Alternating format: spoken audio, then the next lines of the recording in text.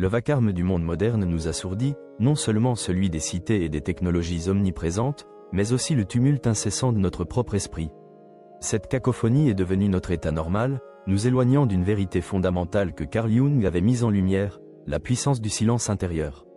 On nous pousse à croire que se raconter est synonyme de connexion, d'authenticité.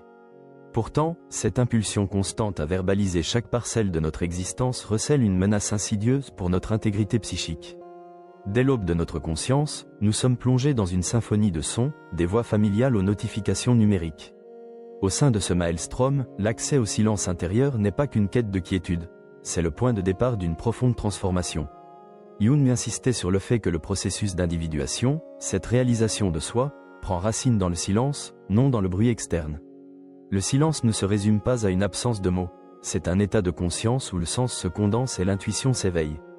Expliquer chaque expérience est souvent une tentative illusoire de maîtriser une réalité qui, par essence, nous dépasse. Les mots, par leur nature réductrice, appauvrissent la vérité. Un individu véritablement développé n'éprouve pas le besoin pressant de verbaliser constamment son vécu. Il apprend plutôt à absorber la vie en profondeur et à l'intégrer en silence. Notre ère numérique exacerbe cette tendance à la narration, transformant chaque émotion, chaque pas, chaque peine en un événement à partager. Cette pression sociale de l'expression immédiate masque souvent une tentative désespérée de fuir notre solitude intérieure. Jung y voyait un marqueur de maturité spirituelle, la capacité de demeurer seul avec soi-même, dans le silence. Le silence est dérangeant précisément parce qu'il nous confronte à notre propre psyché, à nos voix intérieures, à nos peurs, à nos désirs, à nos zones d'ombre. Cette confrontation n'est jamais aisée, mais c'est dans cet espace intime et parfois ardu que se révèle notre véritable nature. Le silence transcende les barrières individuelles pour devenir un langage universel. Celui qui atteint cette quiétude interne forge une connexion plus profonde avec l'univers. Il n'a plus besoin de l'approbation extérieure, car la compréhension remplace l'explication à mesure qu'il se rapproche de son centre de conscience. Ce sens est intrinsèquement personnel, ineffable. Les symboles et les images personnelles, fondement de la psychologie analytique jungienne, ne se révèlent qu'en l'absence de bavardage. Les émotions refoulées par la parole émergent lorsque nous nous taisons, amorçant le processus de transformation. En choisissant le silence pour sonder ce qui se passe en nous, plutôt que de le raconter inlassablement, nous établissons un lien direct avec notre inconscient. Les faibles lueurs de notre monde intérieur sont infiniment plus précieuses que les plus vifs applaudissements extérieurs. Une âme qui mûrit dans le silence ne parle plus à tort et à travers. Chaque mot émane alors de son essence, signe d'une sagesse authentique. Mais d'où émane ce besoin compulsif de s'exprimer ? Le désir humain de se raconter ne se limite pas à la communication. Il plonge ses racines dans des fondements psychologiques et existentiels profonds. Selon Jung, cette impulsion est largement alimentée par la persona, ce masque social que nous construisons, souvent inconsciemment, pour nous conformer aux attentes sociétales. La persona est un bouclier, une interface conçue pour obtenir l'acceptation, l'amour et l'approbation d'autrui. En vivant constamment derrière ce masque, l'individu s'éloigne progressivement de son moi véritable. Chaque fois qu'il se déconnecte de son centre intérieur, la nécessité de se raconter au monde extérieur s'intensifie, car il ne se nourrit plus de l'intérieur, mais de l'extérieur. L'expression de soi devient alors une exigence sociale plutôt qu'une impulsion intrinsèque, une forme d'aliénation psychique. Plus l'individu raconte, moins il est lui-même. Cette propension à la narration trouve souvent ses origines dans l'enfance. Lorsqu'il exprime ses sentiments et ses pensées intègre l'idée que la verbalisation est un moyen d'acceptation. Cet conditionnement devient automatique à l'âge adulte. Lorsque l'adulte cherche à partager chaque expérience, il agit sous l'emprise de ce programme inconscient plutôt que par un choix délibéré. En se référant au concept jungien de l'inconscient collectif, le besoin de raconter n'est pas seulement une habitude individuelle, mais une quête héritée de l'histoire humaine, la recherche d'acceptation, d'appartenance, de reconnaissance. Toutefois, lorsque cette quête ne sert plus l'intégrité spirituelle de l'individu, elle devient un fardeau. Un esprit constamment occupé à narrer ne peut pénétrer les profondeurs de son propre être. L'expérience se vide de son sens en étant constamment externalisée. Les mots dévalorisent, simplifient, voire déforment le vécu. La véritable transformation, selon Jung, ne commence pas par le récit, mais par le portage silencieux du poids de l'expérience. Une autre source de ce besoin d'expression est le désir de prouver son existence au monde extérieur. La vie contemporaine exige une visibilité constante, un état d'insécurité physique, émotionnelle et psychique. Lorsque l'individu tente de combler un vide intérieur par des mots, il ne fait qu'occulter sa propre solitude. Jung ne voyait pas cette solitude comme un défaut, mais comme une phase inévitable du développement de l'âme. Au lieu d'embrasser cette étape, l'homme la camoufle par une expression incessante. Or, le développement spirituel ne dépend pas de l'approbation extérieure, mais de la relation profonde que l'individu établit avec son monde intérieur. Le désir de raconter s'intensifie précisément là où cette connexion fait défaut. Le silence intérieur est perçu comme une menace, car c'est là que les masques tombent et que le vrai moi se révèle. Cette rencontre avec soi-même exige du courage. Il est facile d'expliquer, mais difficile et transformateur de faire face.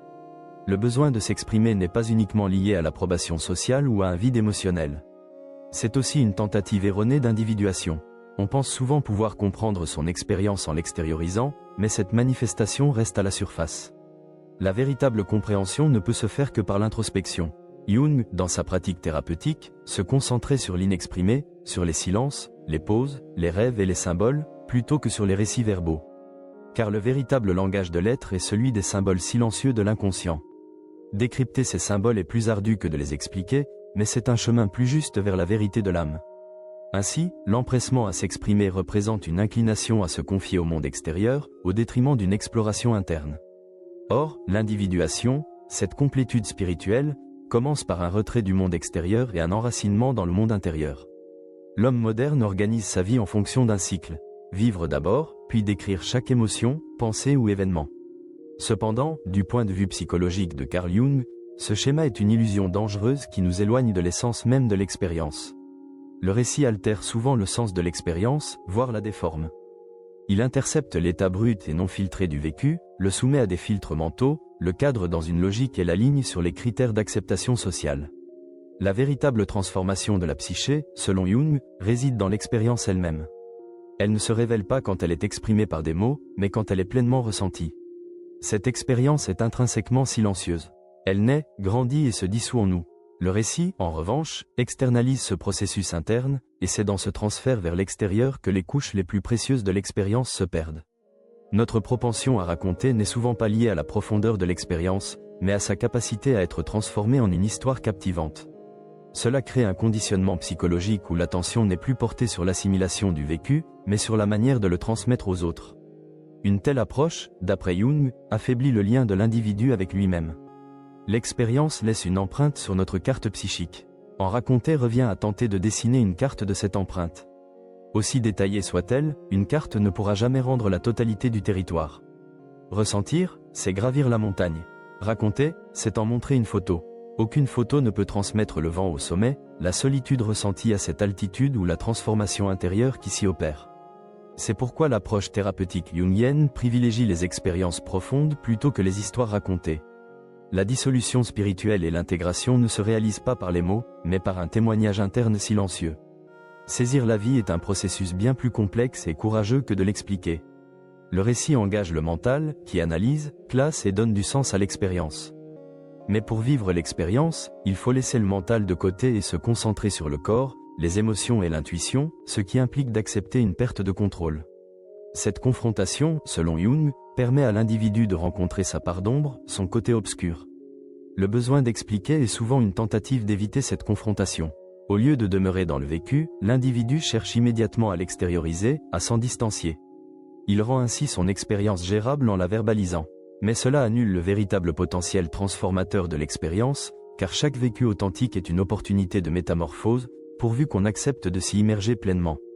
L'âme, qui s'exprime par symbole, ne se satisfera pas des mots. L'expérience de la vie est une porte ouverte sur l'inconscient. Pour franchir ce seuil, il faut renoncer à l'habitude de raconter, car l'inconscient se nourrit de silence. Là, les images parlent, non les mots. C'est pourquoi, en thérapie, Jung guidait ses patients vers les rêves, le dessin et l'intuition, et non vers le simple discours. La vérité précède les mots. La vérité ne peut être dite, seulement vécue, affirmait-il. L'esprit humain ne se développe pleinement que lorsqu'il permet à la vie de se manifester dans son intégralité. Cette croissance est l'affaire de l'âme enracinée dans son espace intérieur, et non du mental tourné vers l'extérieur. Se contenter d'explications retarde la transformation. Les expériences, elles, l'initient. Lentement, silencieusement, mais irréversiblement. Le récit n'est donc que secondaire. Avant de parler de quelque chose, il faut l'avoir réellement vécu. Et dans la plupart des cas, il n'est pas nécessaire de raconter ce qui s'est réellement passé. Vivre pour comprendre, et non pour expliquer, est une injonction fondamentale. La relation que l'individu entretient avec l'existence est souvent obscurcie par une quête de représentation externe.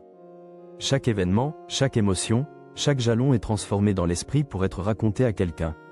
Les profondes observations de Carl Jung sur le monde intérieur révèlent à quel point cette approche est superficielle et limitante pour le développement spirituel. Selon lui, la vie n'est pas un récit, mais un processus de découverte intérieure. L'expérience doit servir à analyser sa propre carte spirituelle, non à raconter des histoires aux autres. Le besoin d'explication est souvent un moyen d'éviter la compréhension et de rester en surface. Cependant, lorsque l'individu s'engage à comprendre ce qu'il vit, les mots s'effacent pour laisser place à l'intuition, aux symboles et à une prise de conscience profonde dans le silence. Cette compréhension est une transformation, non seulement du savoir, mais aussi de la conscience elle-même. Vivre pour raconter transforme l'expérience en une vitrine. Vivre pour comprendre la transforme en un outil de métamorphose. Pour vivre et comprendre sa vie, il faut aborder les événements non pas en se demandant « Pourquoi cela m'est-il arrivé ?» mais « Qu'est-ce qui m'a poussé à agir ainsi ?» Cette question est centrale dans le concept jungien d'individuation. L'individuation représente les étapes que l'individu franchit vers son intégrité intérieure, c'est-à-dire la confrontation avec ses propres ombres, désirs, peurs et potentiels. Dans ce processus, la verbosité s'avère souvent une impasse inutile, car le processus même de narration déforme inconsciemment l'essence de l'expérience, la transformant en une fiction mentale. La compréhension est une forme d'existence plus holistique, s'étendant de l'esprit au cœur, et du cœur à l'inconscient. Les véritables changements, selon Jung, ne se produisent pas par le savoir, mais par la prise de conscience. Et cette prise de conscience émerge de l'intérieur, non de l'extérieur. Lorsque l'individu commence à comprendre la douleur qu'il ressent, il réalise que cette douleur n'est pas un simple événement, mais le reflet de ses propres parties refoulées ou d'un passé non résolu. Une telle prise de conscience est plus précieuse et transformatrice qu'une simple explication. Vivre pour comprendre, c'est percevoir chaque moment, chaque relation, chaque échec ou déception comme une boussole intérieure. Cette boussole guide l'individu non pas dans le monde extérieur, mais dans les profondeurs de sa propre âme. Et dans ces profondeurs, les mots s'avèrent souvent insuffisants. Dans l'approche thérapeutique de Jung, l'accent n'est pas mis sur le récit de ce que l'individu a vécu, mais sur ce que cette expérience a laissé en lui, ce qu'elle évoque et le sens interne qu'elle porte. Les récits sont souvent façonnés par des mécanismes de défense. En racontant, on se protège, on se justifie ou on donne consciemment un sens aux événements. Mais la compréhension exige d'ôter ses protections et de regarder sa propre réalité avec honnêteté. Raconter concerne notre apparence aux yeux des autres. Comprendre, c'est se voir avec son propre regard intérieur. Ainsi, une vie orientée vers la compréhension est un chemin de développement plus profond, plus serein, mais aussi plus radical. Vivre sa vie pour la comprendre demande de la patience. Ce chemin n'est pas alimenté par des résultats rapides ou l'approbation sociale. Le silence, l'incertitude et la solitude intérieure sont des étapes naturelles de ce parcours. Jung appelait ce processus le « voyage nocturne de l'âme ». Dans ce voyage, l'individu affronte sa propre obscurité intérieure et les couloirs inexplorés de l'inconscient. Chaque rencontre est une découverte, non une narration. Ces découvertes peuvent être douloureuses, parfois fascinantes ou décevantes, mais chacune est une opportunité de comprendre les couches plus profondes de l'âme. La quête de sens, selon Jung, est une dynamique fondamentale de la psyché humaine. Elle ne se satisfait pas des réalisations externes ou des histoires racontées. La véritable satisfaction ne survient que lorsque nous entrons en contact avec le sens personnel sous-jacent à ce que nous vivons.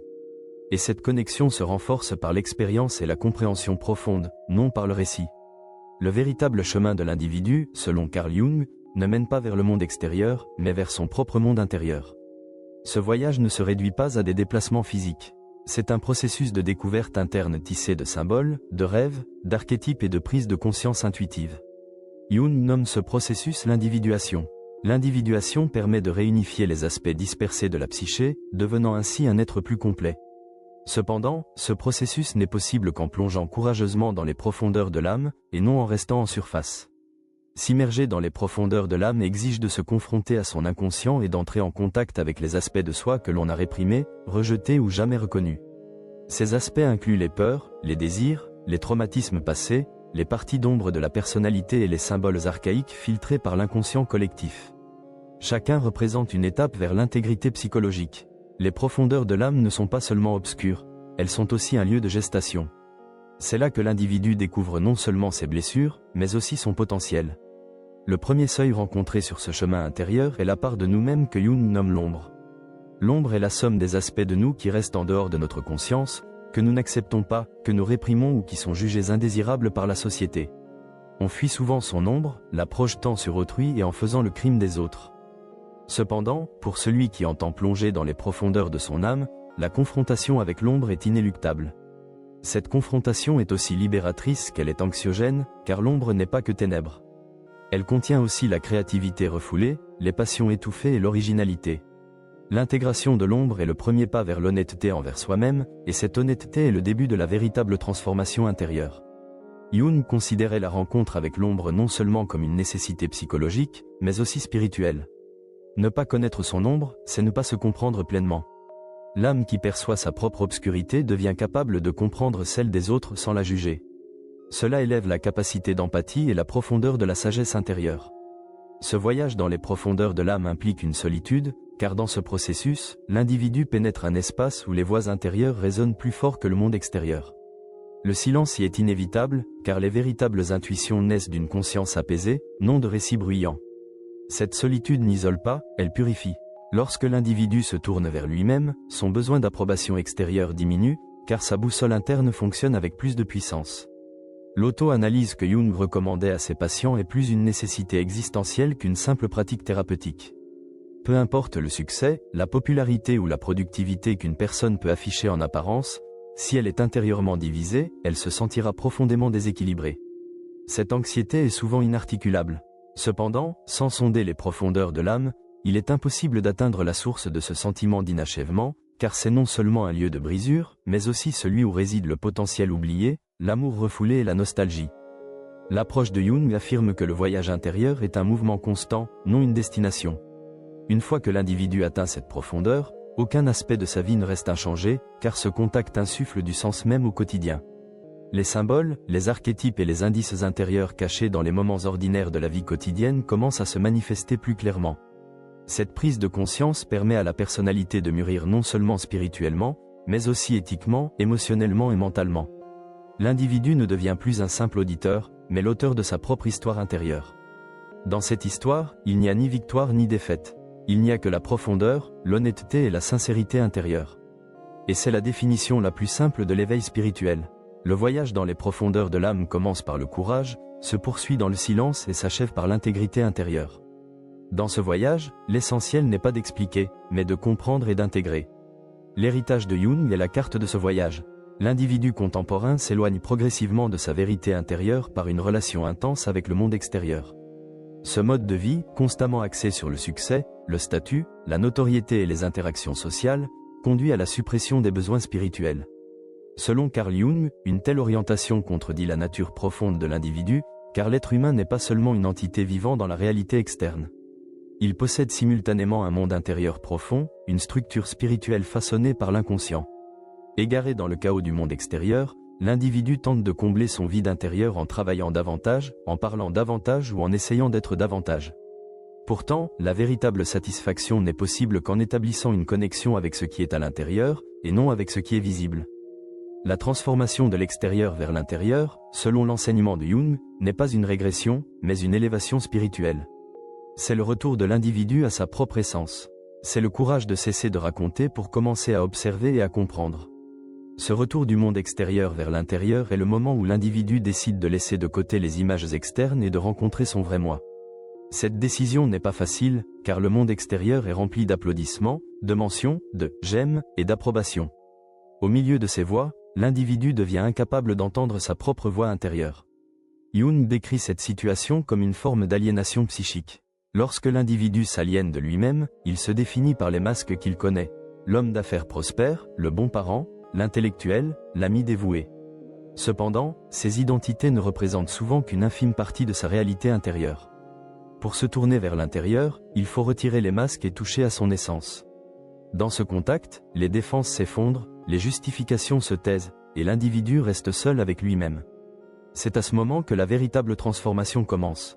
Car lorsque l'individu affronte sa propre vérité nue, il commence à comprendre non seulement qui il n'est pas, mais aussi qui il est. Le retour vers l'intérieur n'est pas une fuite. Au contraire, c'est la confrontation la plus radicale. Dans ce voyage, l'individu, selon Jung, rencontre son ombre, ses désirs refoulés, ses peurs inconscientes et même les archétypes anciens de l'inconscient collectif. Ces rencontres peuvent être anxiogènes, mais elles peuvent aussi être éclairantes, car dans ces profondeurs, l'individu découvre non seulement ses côtés obscurs, mais aussi son potentiel divin. La lumière de l'âme n'apparaît qu'au contact de l'obscurité. Et cette lumière ne vient pas de l'extérieur, elle émerge de l'intérieur. Chaque réponse cherchée dans le monde extérieur est déjà présente dans le monde intérieur. Mais pour obtenir ces réponses, le silence, la solitude et la patience sont nécessaires. Pour se tourner vers l'intérieur, il faut se distraire de l'agitation du monde extérieur, apaiser le bruit du mental et faire place à une prise de conscience intuitive. Dans la pratique thérapeutique de Jung, les principaux outils de ce processus sont les relations que l'individu établit avec les images intérieures, les symboles et les rêves. Car le retour vers l'intérieur n'est pas simplement une décision mentale. C'est un état de conscience qui ouvre les portes de l'inconscient. Le passage du monde extérieur à l'intérieur modifie aussi radicalement la manière dont l'individu décrit sa vie. Désormais, au lieu de raconter ce qu'il a vécu, il observe comment cette expérience l'a changé. Les événements cessent d'être de simples expériences externes. Ils deviennent des guides intérieurs. Chaque rencontre, chaque perte, chaque crise devient un seuil dans l'évolution spirituelle de l'individu. Une telle perspective libère du statut de victime, car l'individu ne perçoit plus la vie comme quelque chose qui lui arrive, mais comme des signes guidant son âme. Pour celui qui s'est retiré du monde extérieur, raconter n'est plus une nécessité. Parfois, cela devient un obstacle, car certaines vérités ne peuvent être exprimées. Elles ne peuvent être que vécues, ressenties et transformées intérieurement. Comme l'a dit Jung, le symbole montre là où le mot ne peut atteindre. Ainsi, le chemin de l'introspection permet de dépasser les mots, de donner un sens à la vie et de s'enraciner dans la conscience spirituelle. Le besoin humain de s'exprimer est souvent alimenté par le désir de se connecter au monde extérieur, d'être compris et approuvé. Derrière chaque récit se cache une attente invisible d'être entendue. Cependant, selon Carl Jung, cette attente obscurcit la connexion silencieuse que l'individu devrait établir avec son véritable moi. Lorsque l'individu vit sa vie en fonction du regard d'autrui, il commence à réprimer sa voix intérieure. La personne qui parle constamment de sa vie ne la vit souvent pas réellement, car l'essence de l'expérience est silencieusement profonde et pleine d'inexprimables. Tenter de raconter peut devenir une sorte d'échappatoire, une orientation choisie pour éviter la confrontation avec soi-même, pour ne pas toucher à la douleur, pour ne pas ressentir le vide. Jung enseignait que le sens de la vie ne réside pas dans ce que les autres comprennent, mais dans l'interprétation que l'individu crée dans son propre monde intérieur. Par conséquent, si quelque chose doit être expliqué, il faut d'abord se l'expliquer à soi-même, comme un journal intime silencieux, comme un regard dans le miroir intérieur. Chaque mot adressé aux autres nourrit d'une certaine manière une dépendance extérieure. Chaque expression intérieure dirigée vers soi permet à l'individu de se rapprocher de son centre. Se parler à soi-même ne signifie pas seulement dialoguer avec sa voix intérieure. Cela signifie aussi libérer un espace pour les émotions, les intuitions et les images intérieures, et observer ce qui s'éveille dans l'inconscient. Jung souligne que les rêves, les expressions artistiques et les symboles sont très précieux à cet égard, car la conscience est limitée par les mots. Cependant, le langage de l'âme est intuitif, tissé d'images et multicouches. Se le transmettre à soi-même ne passe pas par des histoires de succès externes. Tout se résume à l'honnêteté intérieure. Que ressens-je réellement? Qu'est-ce qui m'a tant bouleversé? Qu'est-ce que cette expérience a éveillé en moi? De telles questions mènent des profondeurs à la surface. La communication avec le monde extérieur est souvent superficielle, dominée par l'évaluation, le jugement et l'attente d'une réaction. Cependant, dans l'expression introvertie, il n'y a que l'ouverture, l'authenticité et l'absence d'attente. Cela permet de se voir nu, sans masque ni position défensive. Celui qui raconte constamment son histoire aux autres finit par s'aliéner de sa propre histoire, car à mesure que le récit se répète, il devient stéréotypé. Les émotions cèdent la place à une mémorisation mécanique, et les expériences se transforment en anecdotes. Derrière le désir de mentir se cache un besoin refoulé d'approbation. Jung considérait comme dangereux pour l'individu de commencer à s'auto-évaluer de l'extérieur, car l'approbation externe est éphémère et en demande toujours davantage. Cependant, en se parlant à soi-même, on peut atteindre une acceptation intérieure. Il ne s'agit pas d'une description exhaustive. Il s'agit d'apprendre à accepter son imperfection, à faire face à sa fragilité et à chercher un sens en soi, et non à l'extérieur. Se raconter à soi-même est un processus thérapeutique. Parfois, cette expression passe par l'écriture, parfois par le silence, parfois par un dialogue intérieur pendant une promenade. Ce qui compte, c'est la direction du récit, vers l'extérieur ou vers l'intérieur. Cet aspect du récit dans l'enseignement de Jung fait partie de l'intégration spirituelle, de l'individuation et de la véritable liberté intérieure. Car lorsque l'individu commence à comprendre son monde intérieur, la connexion qu'il établit avec le monde extérieur devient plus authentique, plus profonde et plus simple. Dans ce contexte, l'appel à « cesser de raconter ce qui se passe dans votre vie » ne signifie pas un abandon total du récit. C'est une invitation à changer la direction de la narration. Le récit ne doit pas être une vitrine pour les autres, mais un pont intérieur que vous construisez avec vous-même. En traversant ce pont, l'individu se rapproche de lui-même. Il découvre des aspects de lui-même qu'il ignorait, ressent ce qu'il réprimait et se rapproche de l'intégrité à laquelle il aspire. S'expliquer à soi-même, et non aux autres, c'est écouter la sagesse intérieure qui résonne dans la solitude. Dans cette sagesse, il n'y a ni luxe ostentatoire, ni désir d'admiration, ni quête d'acceptation. Il n'y a que la vérité profonde et simple de l'existence. C'est l'un des plus grands dons que Jung ait apporté à la psychologie humaine, la reconnaissance de la primauté et de la profondeur du monde intérieur sur l'extérieur. S'expliquer cela est le premier pas pour se souvenir et incarner cette priorité dans la vie. Depuis des siècles, l'humanité a cherché la sagesse dans les mots, les conseils et les textes sacrés. Pourtant, comme le soulignait Carl Jung, la sagesse ne se transmet pas toujours par la parole. En réalité, la vérité la plus profonde résonne souvent dans un silence impossible à traduire. La sagesse sans mots émerge de la sphère de l'âme, non de l'intellect. C'est un état de connaissance qui dépasse le récit, l'explication et même la compréhension conceptuelle. C'est une intuition interne, une compréhension silencieuse, une prise de conscience qui n'a pas besoin de mots. Cette sagesse est intrinsèque aux approches thérapeutiques de Jung. Lorsque l'individu entre en contact avec son ombre, ses archétypes, ses rêves et les symboles de l'inconscient, rien ne lui est expliqué. Il sait déjà. La connaissance, dans ce contexte, n'est pas un apprentissage externe, mais un éveil intérieur. Et cet éveil se produit souvent dans le silence. Lorsque le mental se tait, lorsque les mots sont écartés, la sagesse ancestrale de l'âme commence à parler, mais sans mots. La sagesse sans mots n'est pas simplement un état de conscience, c'est une manière d'être. Communiquer sans parler, percevoir la profondeur d'un regard, sentir le sens d'un rêve, trouver la paix intérieure dans un paysage naturel. Rien de tout cela ne requiert d'explication, car de telles expériences s'adressent directement à l'âme. Cette immédiateté est très précieuse dans la théorie archétypale de Jung. Les archétypes parlent par symboles, non par mots. Ainsi, la sagesse non-verbale est la prise de conscience par l'individu de ce langage symbolique et l'établissement d'une connexion interne avec celui-ci. Lorsque l'on apprend à lire les symboles de son âme, le bruit du monde extérieur n'est plus nécessaire. L'effort d'expliquer ce qui se passe diminue, car au fond de soi, on comprend. L'explication entrave souvent la compréhension. Lorsque nous mettons quelque chose en mots, nous lui donnons une forme. Mais toute forme est une limitation. La sagesse réside dans l'illimité, l'informe, c'est-à-dire ce qui ne dépend pas des mots. C'est pourquoi la vraie sagesse existe dans le silence. Elle ne parle pas, elle raconte. Elle n'écrit pas, elle compose. Elle n'enseigne pas, elle instruit. À ce stade, l'appel à cesser de raconter ce qui se passe dans votre vie implique également une réconciliation avec le silence. Jung affirme que l'étape la plus profonde de la transformation spirituelle est vécue dans le silence. Car le silence n'est pas seulement une quiétude extérieure, mais aussi une purification intérieure. L'individu qui sait garder le silence plonge dans l'essence de son propre être, sans être emporté par les fluctuations du mental. Dans cette essence, les mots deviennent superflus. La sagesse sans mots est donc un processus qui opère avec l'intuition interne, non avec la connaissance.